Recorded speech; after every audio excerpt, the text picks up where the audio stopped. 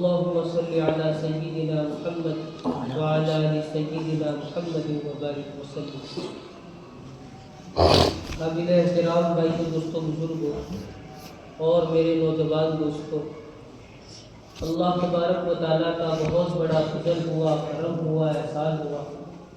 اللہ تعالیٰ نے ہم سب کو مغرب کی نماز جماعت کے ساتھ پڑھنے کی توفیق عطا فرمائی، اور مزید کرم یہ ہوا کہ اللہ تعالیٰ نے ہم سب کو دین کی باتیں کہنے اور سننے کے لیے جمع فرمائی۔ دین کی باتیں کہنا اور سننا یہ ہر ایمان والے کو فائدہ دیتا ہے، ہر ایمان والے، چاہے وہ ایمان والا بڑا ہو، چاہے وہ ایمان والا چھوٹا ہو، چاہے وہ ایمان والا جوان ہو، چاہے وہ ایمان والا بوڑھا ہو، چاہے وہ ایمان والا مرد ہو، چاہے وہ ایمان والی عورت ہو۔ دین کی باتیں کہنا اور سننا ہر ایمان والے کو فائدہ دیتا ہے۔ کبھی ہم سے جمع ہوئے ہیں، وہ دین کی باتوں کو کہنے اور سننے کے لیے جمع ہوئے ہیں۔ یہ بھی اللہ کا ذکر ہے، کیا ہے بولو؟ یہ بھی اللہ کا ذکر ہے۔ یہ جو ہے اللہ کا ذکر کرنے والوں کی جماعت ہے۔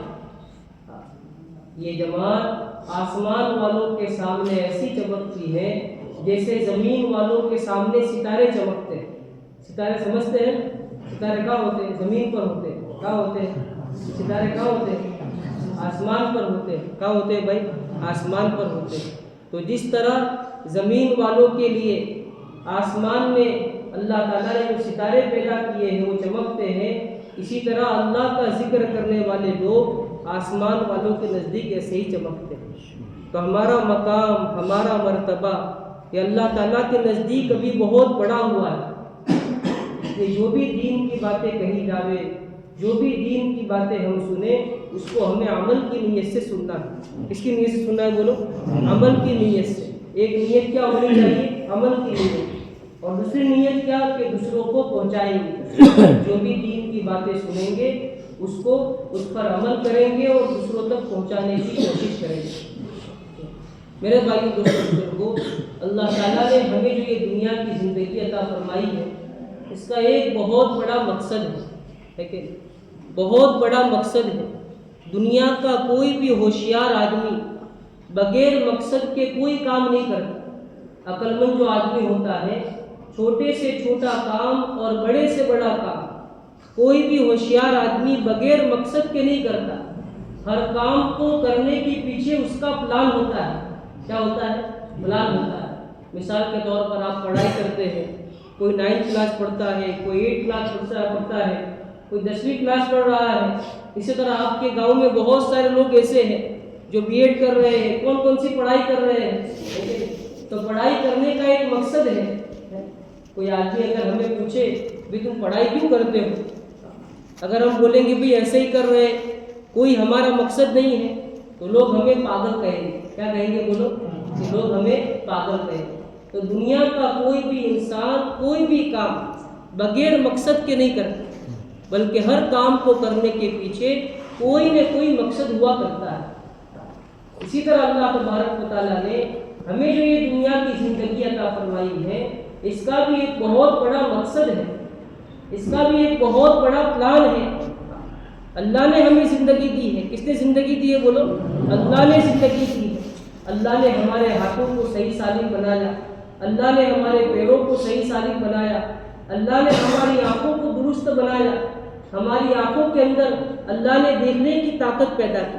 لیکن ورنہ ہم دیکھتے ہیں بہت سارے لوگ ایسے ہیں کہ جن کی آنکھیں تو ہوتی ہیں لیکن ان کے اندر دیکھنے کی طاقت نہیں ہوتی۔ دیکھنے کی طاقت کیا ہے؟ نہیں ہوتی۔ تو اللہ نے ہمیں آنکھیں بھی عطا فرمائی، اور آنکھیں عطا فرمانے کے ساتھ ساتھ اللہ نے ہمیں دیکھنے کی طاقت بھی عطا فرمائی۔ اللہ نے ہمیں ہاتھ بھی دیے اور ہاتھ کے اندر پکڑنے کی طاقت بھی عطا فرمائی۔ اللہ نے ہمیں پیر بھی دیے اور پیر کے اندر اللہ نے چلنے کی طاقت بھی عطا فرمائی۔ یہ اللہ کی بہت بڑی نعمت ہے۔ تو اللہ نے جو ہمارا جسم بنایا ہے یہ بہت خوبصورت بنایا ہے، اور ہر عضو، ہر بدن کا ہر حصہ یہ کام کرتا ہے۔ صرف ہاتھوں کی مثال لے لیجئے کہ اللہ نے جو ہمارے ہاتھ بنائے ہیں، ان ہاتھوں کے ذریعے ہم کیا کیا کام کر سکتے ہیں۔ فرماتے ہیں بزرگ رضی اللہ والے کہ سائیکل چلانے سے پلین چلانے تک، اگر سائیکل چلانی ہے تو بھی کس کی ضرورت پڑے گی؟ ہاتھ کی ضرورت پڑے گی نا؟ کیا آپ کیا بغیر ہاتھ کے سائیکل چلاتے ہیں لوگ؟ ہاں، کسی کو بھی سائیکل چلانا ہے، سائیکل سیکھنا ہے تو ہاتھ کی ضرورت پڑے گی۔ بائک چلانا ہے تو بھی کس کی ضرورت پڑے گی بولو؟ ہاتھ کی ضرورت پڑے گی۔ اور اگر کار چلانی ہے تو پیر سے چلائیں گے، کس سے چلائیں گے؟ ارے بولو کس سے چلائیں گے؟ ہاتھ سے چلائیں گے۔ کار چلانی ہے تو بھی ہاتھ کی ضرورت پڑے گی، بائک چلانا ہے تو بھی ہاتھ کی ضرورت پڑے گی، سائیکل چلانی ہے تو بھی ہاتھ کی ضرورت پڑے گی، ہوم ورک کرنا ہے، کیا کرنا ہے بولو؟ ہوم ورک کرنا ہے تو بھی کس کی ضرورت پڑے گی؟ ہاتھ کی ضرورت پڑے گی۔ کیا آپ تو زبان سے کرتے ہیں، دانت سے کرتے ہیں ہوم ورک؟ نہیں، ہاتھ کی ضرورت پڑے گی۔ ہوم ورک کرنے کے لیے، اپنے اسکول بیگ کو پکڑنے کے لیے ہاتھ کی ضرورت پڑے گی۔ اور فرمایا کہ آسمان میں اڑنے والا پلین، آسمان میں اڑنے والا ایروپلین اگر کسی کو چلانا ہے تو اس کو بھی ہاتھ کی ضرورت پڑے گی، ہے نا؟ یہ ہاتھ کے اندر اللہ نے وہ طاقت رکھی ہے، وہ ہاتھ اللہ نے ہمارے ایسے بنائے ہیں۔ اگر ہمارے ہاتھ اللہ تعالیٰ ایسے ہی بنا دے ڈٹا تو وہ لوگ کوئی کام کر سکتے ہیں؟ ایسے موڑنے کی طاقت نہ ہوتی۔ یہاں پر جو جوڑ بنایا ہوا ہے، اگر یہ نہ ہوتا تو ہمارا یہ ہاتھ اسی طرح رہتا تو ہم کسی بھی کام کے رہتے۔ کھانے کے لیے کیا کرنا پڑتا؟ اپنے بھائی کو بولنا پڑتا مجھے کھانا کھلا، ہے کہ نہیں؟ آج تو ہمارے اندر اللہ نے یہ جوڑ پیدا کیا ہے جس کے ذریعے ہم کھانا بھی کھا سکتے ہیں، ہوم ورک بھی کر سکتے ہیں، گاڑی بھی چلا سکتے ہیں، سائیکل بھی چلا سکتے ہیں، اور چلانے والے ٹرین اور پلین بھی چلا سکتے ہیں، ٹھیک ہے؟ تو اللہ نے ہمارے ہاتھوں کے اندر وہ طاقت رکھی ہے۔ اسی طرح اللہ نے ہمارے بدن کے اندر جتنے بھی اعضاء بنائے ہیں، ان اعضاء کی ہر عضو کی، ہر حصے کی الگ الگ طاقت ہے۔ تو یہ ہاتھ کس نے دیے بولو؟ اللہ نے دیے۔ یہ صحیح سالم ہاتھ کس نے دیے بولو؟ اللہ نے دیے۔ اسی طرح میرے بھائیو دوستو بزرگوں، اللہ نے جو ہماری زندگی ہمیں عطا فرمائی ہے، ہمارا یہ جو بدن بنایا ہے، اس کا ایک بہت بڑا مقصد ہے۔ بغیر مقصد کے اللہ نے ہمیں زندگی نہیں عطا فرمائی۔ اسی لیے اللہ تبارک و تعالیٰ قرآن مجید کے اندر ایک جگہ بیان فرماتے ہیں أَفَحَسِبْتُمْ أَنَّمَا خَلَقْنَاكُمْ عَبَثًا، کہ کیا تم لوگ یہ خیال کرتے ہو، یہ گمان کرتے ہو کہ ہم نے تم کو بیکار پیدا کیا ہے؟ یعنی کہنے کا مطلب یہ ہے کہ ہماری جو یہ زندگی ہے بیکار کی زندگی نہیں ہے کہ چلو صبح کو اٹھے، اسکول کا بیگ لیا، اسکول کی بس میں بیٹھ گئے، پڑھائی کے لیے چلے گئے، پڑھائی کر لی، رات کو آ کر سو گئے، موبائل استعمال کر لیا۔ نہیں، ہماری یہ زندگی اس کے لیے نہیں ہے، بلکہ اللہ تعالیٰ نے جو ہمیں زندگی دی ہے اس کا ایک بہت بڑا مقصد ہے۔ مقصد کیا ہے؟ اللہ نے اس مقصد کو قرآن مجید کے اندر بیان کیا، وَمَا خَلَقْتُ الْجِنَّ وَالْإِنسَ إِلَّا لِيَعْبُدُونِ، کہ تمام جناتوں کو اور تمام انسانوں کو اللہ تعالیٰ نے اپنی عبادت کے لیے پیدا کیا۔ اس کے لیے پیدا کیا ہے؟ اپنی عبادت کے لیے پیدا کیا ہے۔ ہمیں کھیل کود کے لیے پیدا نہیں کیا۔ کھیلنے کے اندر دو طرح کی جماعتیں ہوتی ہیں۔ کتنی جماعتیں ہوتی ہیں؟ ایک تو کھیل کھیلنے والے ہوتے ہیں اور ایک دیکھنے والے ہوتے ہیں، ٹھیک ہے؟ کھیلنے والے بھی ہوتے ہیں اور دیکھنے والے بھی ہوتے ہیں۔ تو اللہ نے ہمیں نہ صرف کھیلنے کے لیے پیدا کیا اور نہ صرف دیکھنے کے لیے پیدا کیا، کھیل کے لیے پیدا نہیں کیا اور کھیل کو دیکھنے کے لیے پیدا نہیں کیا، بلکہ اللہ نے جو ہمیں زندگی دی ہے اس کا مقصد یہ ہے کہ ہم اللہ کو پہچان لیں۔ اس کو پہچان لیں، اللہ کو پہچان لیے، جس اللہ نے ہمیں صحیح سالم بدن دیا ہے، کہ اللہ کی پہچان ہم حاصل کر لیں۔ اللہ کی پہچان کیسے حاصل ہوگی؟ کہ اللہ کی پہچان زندگیوں میں دین کو ظاہر کرنے سے، کہ ہماری زندگی میں دین ہوگا، اللہ تعالیٰ کے احکام ہوں گے اور پیارے نبی حضرت محمد صلی اللہ علیہ وسلم کے طریقے ہوں گے تو ہمارے اللہ کی پہچان حاصل ہوگی۔ اور ہر مسلمان کے لیے، چاہے وہ مسلمان مرد ہو، عورت ہو، بچہ ہو، بوڑھا ہو، جوان ہو، بڑھ عمر کا ہو، کوئی بھی آدمی ہو، ہر مسلمان کے لیے، ہر ایمان والے کے لیے، بلکہ دنیا میں اللہ نے جتنے بھی انسانوں کو پیدا کیا ہے تمام انسانوں کے لیے پورے دین پر عمل کرنا یہ اس کی ذمہ داری ہے۔ ہماری زندگی کی مثال ٹرین کی طرح ہے۔ کس کی طرح بولو؟ ٹرین دیکھی ہے نا؟ ٹرین میں الگ الگ ڈبے ہوتے ہیں۔ کیا ہوتے ہیں؟ الگ الگ ڈبے ہوتے ہیں۔ اسی طرح دنیا کے اندر نوجوان بھی ہوتے ہیں، بچے بھی ہوتے ہیں، بوڑھے بھی ہوتے ہیں۔ ٹرین میں جو ڈبے ہوتے ہیں اس ڈبے کے اندر بیٹھنے والے لوگ بھی الگ الگ ہوتے ہیں، ایک ہی قسم کے ہوتے ہیں؟ ہر قسم کے ہوتے ہیں، بچے بوڑھے ہر قسم کے ہوتے ہیں۔ تو ہماری زندگی کی مثال ٹرین کی طرح ہے. کس کی طرح ہے بولو؟ ٹرین کی طرح ہے کہ ٹرین جو ہے ایک پٹری پر چلتی ہے. کتنی پٹری پر چلتی ہے؟ ایک پٹری پر چلتی ہے. راجستھان میں ایک پٹری پر چلتی ہے. ٹرین جو ہے 2 پٹری پر چلتی ہے. کتنی پٹری پر چلتی ہے؟ ٹرین پہ چلنے کے لیے 2 پٹری کا ہونا ضروری ہے. ہاں اسی طرح اگر ہم چاہتے ہیں کہ ہماری زندگی صحیح ہو جائے، اگر ٹرین کی 2 پٹری ہوگی تو ٹرین جو ہے صحیح طریقے سے چل سکے گی اور ٹرین کو جہاں جانا ہے وہاں جا سکے گی. ہاں اگر اس کو راجستھان سے آسام جانا ہے، کلکتہ جانا ہے، کشمیر جانا ہے، کہیں بھی جانا ہے تو ٹرین کی 2 پٹری کا ہونا کیا ہے؟ ضروری ہے. اگر ایک پٹری ہوگی تو ٹرین چل سکتی نہیں ہے. اسی طرح میرے بھائیو دوستوں بزرگوں، اللہ نے ہمیں جو دنیا کی زندگی عطا فرمائی ہے یہ آخرت کو بنانے کے لیے دی. کس کے لیے دی ہے؟ ہمیں کہاں پہنچنا ہے؟ ٹرین میں بیٹھ کر جنت میں پہنچنا ہے. کہاں پہنچنا ہے بولو؟ جنت میں پہنچنا ہے. ہمیں ٹرین میں بیٹھ کر جنت میں پہنچنا ہے. تو جنت میں پہنچنے کی ٹرین کے لیے 2 پٹری کا ہونا ضروری ہے. کتنی پٹری کا ہونا؟ 2 پٹری کا ہونا ضروری ہے. ایک پٹری کیا ہے؟ اللہ کا حکم. کیا ہے بولو؟ اللہ کا حکم. کہ اللہ کا احکام کو زندگی میں لانا یہ ضروری ہے. اگر اللہ کے احکام کی پٹری، اگر ہماری ٹرین کے لیے اللہ کے احکام کی پٹری نہیں ہوگی تو جنت تک پہنچنا کیا ہے؟ مشکل نہیں بلکہ ناممکن ہے. بولو ٹرین ایک پٹری پر چل سکتی ہے؟ کیا آپ کے یہاں چلتی ہے؟ نہیں چلتی.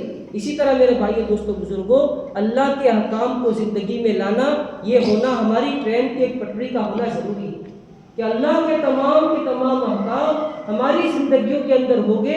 اللہ تعالیٰ ہمیں جنت عطا فرمائیں گے، اللہ ہمیں آخرت کے اندر کامیاب کریں گے. اور ہماری اصل زندگی کون سی ہے بولو؟ آخرت کی زندگی ہے. آخرت کی زندگی کس کو کہتے ہیں؟ آخرت کی لائف کس کو کہتے ہیں؟ موت کے بعد کی لائف کو آخرت کی لائف کہتے ہیں اور آخرت کی زندگی کہتے ہیں. موت کے بعد جو زندگی آنے والی ہے اس کو آخرت کی لائف کہتے ہیں اور آخرت کی زندگی کہتے ہیں. تو اس آخرت کی زندگی میں کامیاب ہونے کے لیے اللہ کے احکام پر عمل کرنا یہ ضروری ہے. اور اللہ کے احکام کے اندر سب سے بڑا اللہ کا جو حکم ہے وہ کیا ہے؟ نمازوں کو پڑھنا ہے. کہ 5 وقت کی نمازوں کو پڑھنا ہر مسلمان مرد اور عورت کے لیے فرض ہے. ہر مسلمان مرد اور عورت کے لیے فرض ہے، چاہے وہ مسلمان نوجوان ہو، بوڑھا ہو، بچہ ہو. 15 سال کی جس کی عمر ہو جائے اس کے لیے 5 وقت کی نمازوں کو پڑھنا یہ ضروری ہے. تو ہم سب سے پہلے یہ نیت کریں کہ جب تک اللہ ہمیں دنیا میں زندگی دے تب تک کبھی نمازوں کو نہیں چھوڑیں گے. 5 وقت کی نمازوں کا اہتمام کریں گے، چاہے ہم اسکول میں ہو، چاہے ہم گھر میں ہو، کسی بھی جگہ ہو. ہماری 5 وقت کی نماز کبھی نہیں جائے گی. ہماری 5 وقت کی نماز کبھی نہیں جائے گی. اسکول میں جن نمازوں کا وقت آتا ہے، مثال کے طور پر عام طور پر اسکولوں کے اندر ظہر کی نماز کا وقت آتا ہے نہیں آتا؟ تو ظہر کی نماز کہاں پڑھیں گے بھائی؟ ایسا کہ چلو یہاں مسجد نہیں ہے تو نماز کو چھوڑ دو، ایسا نہیں، بلکہ وہاں پر کوئی روم اچھا صفائی والا رکھ کر وہاں پر نمازوں کا اہتمام کریں. ظہر کی نماز پڑھیں. اگر ہو سکے ہمارے ساتھ اگر کوئی جاننے والا ہو تو جماعت کے ساتھ نماز کا وہاں بھی اہتمام کریں. جماعت کے ساتھ کیا کریں؟ نماز کا اہتمام کریں. اگر کوئی جاننے والا نہ ہو مسئلے مسائل کو تو اکیلے بھی پڑھیں، لیکن نماز کو ہرگز چھوڑنا نہیں ہے.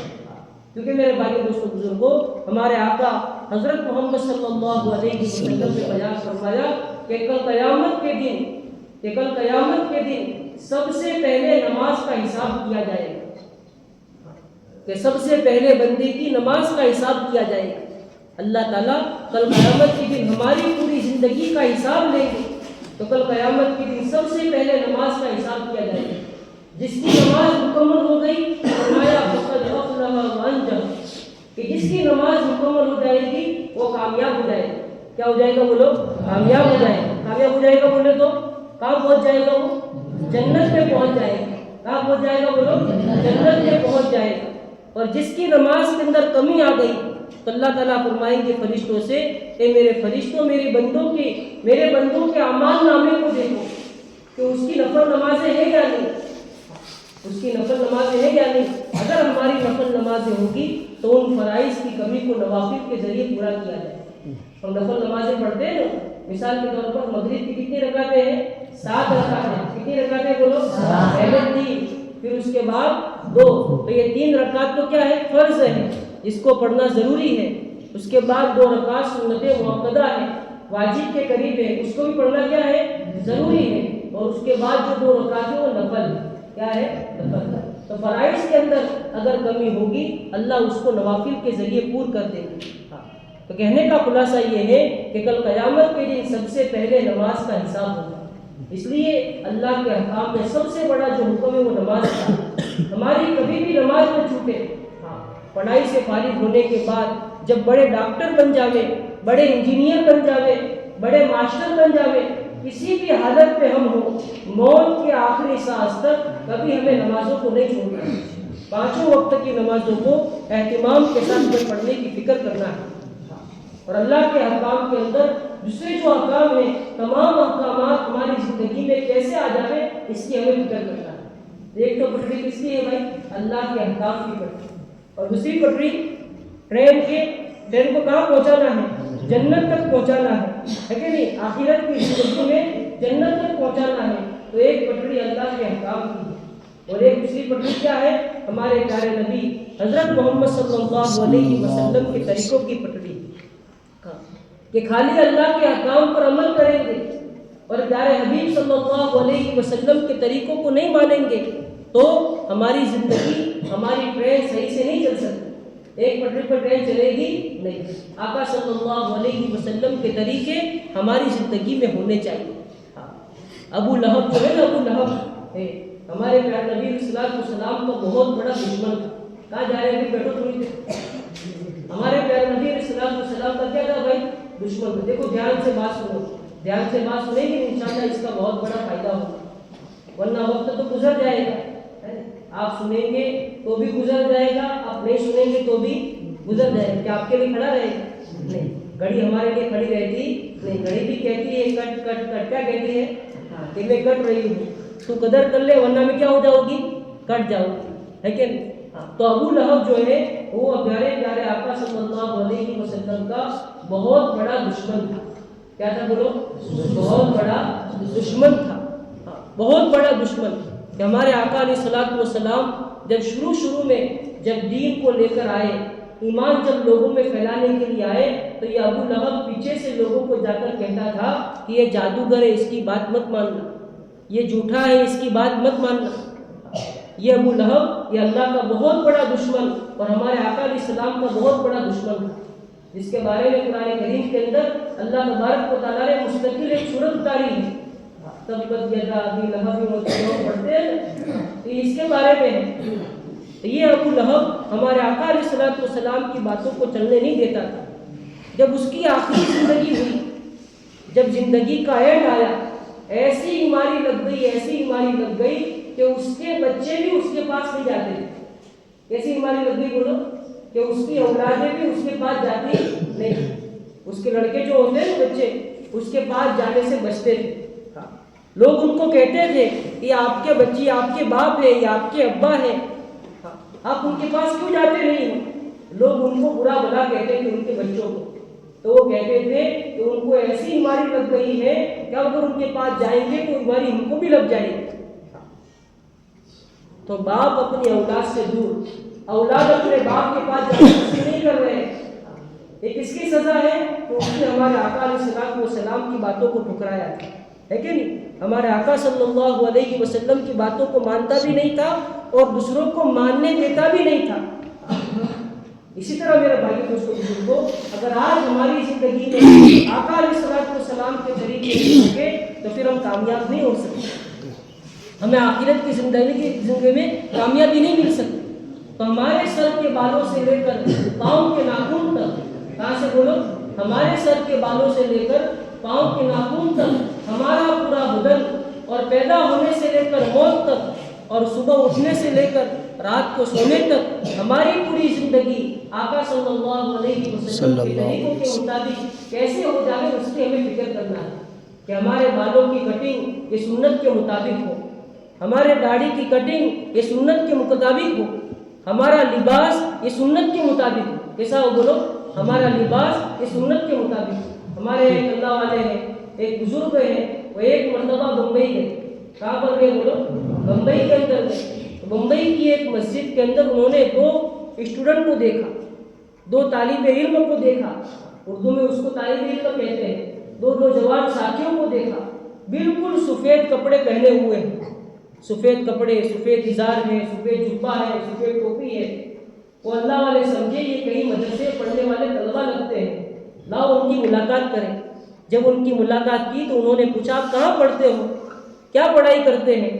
انہوں نے کہا کہ مدرسے میں نہیں پڑھتے، ہم تو اسکول میں پڑھتے ہیں. کہاں پڑھتے ہیں؟ کالج میں پڑھتے ہیں. کہ آپ یہاں پر کیوں آئے؟ کہ ہم یہاں پر ہمارے کچھ ساتھی رہتے ہیں، ان کی ملاقات کے لیے آئے ہیں، ان کو دین کی باتیں کہنے اور سننے کے لیے آئے ہیں. کہاں پڑھنے والے بولو؟ کالج کے اندر پڑھنے والے ہیں، اسکول کے اندر پڑھنے والے ہیں. لیکن کیسا لباس پہنا ہوا ہے؟ بالکل سفید لباس، سنت والا لباس پہنا ہوا ہے.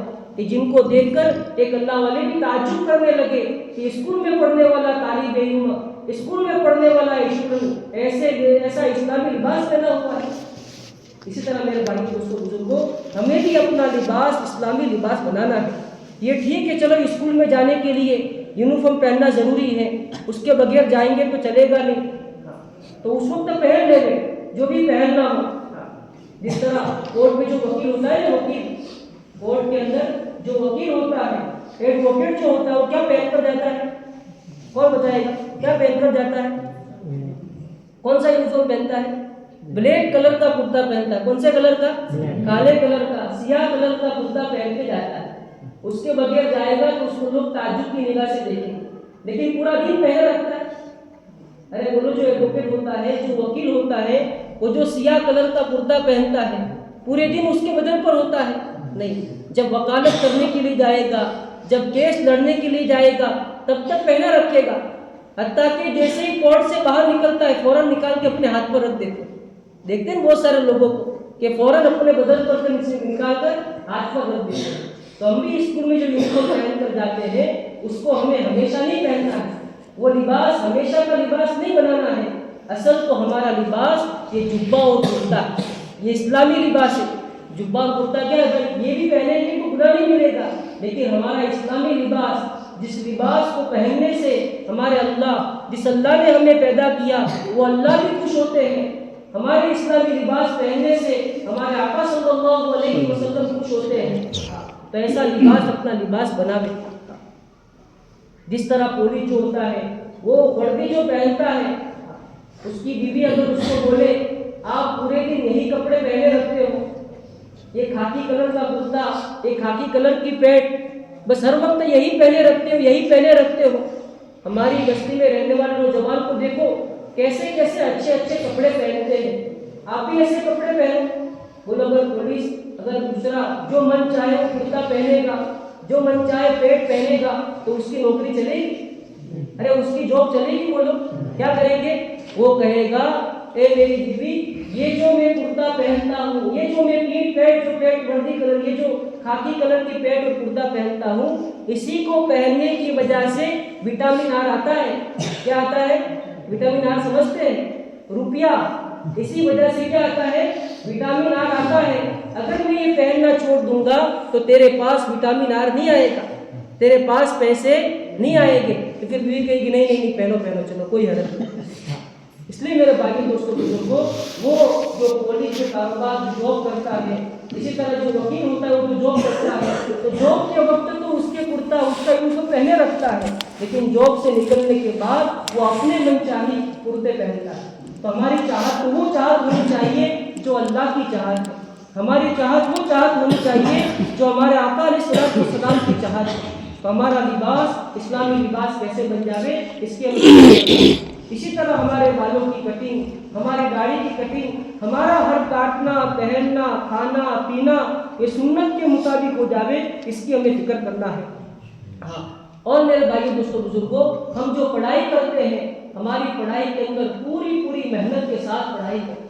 آج امت کو اچھے وکیل کی ضرورت ہے، آج امت کو اچھے ڈاکٹر کی ضرورت ہے، آج امت کو اچھے انجینئر کی ضرورت ہے، سچ بولنے والے وکیل کی ضرورت ہے، سچ بولنے والے وکیل کی ضرورت ہے. ایک وکیل صاحب تھے، انہوں نے طے کر لیا کہ کبھی بھی جھوٹا کیس نہیں لڑوں گا، چاہے کچھ بھی ہو جائے، کیا ہو جائے، چاہے کچھ بھی ہو جائے، کبھی بھی جھوٹا کیس نہیں لڑوں گا، انہوں نے طے کر لیا۔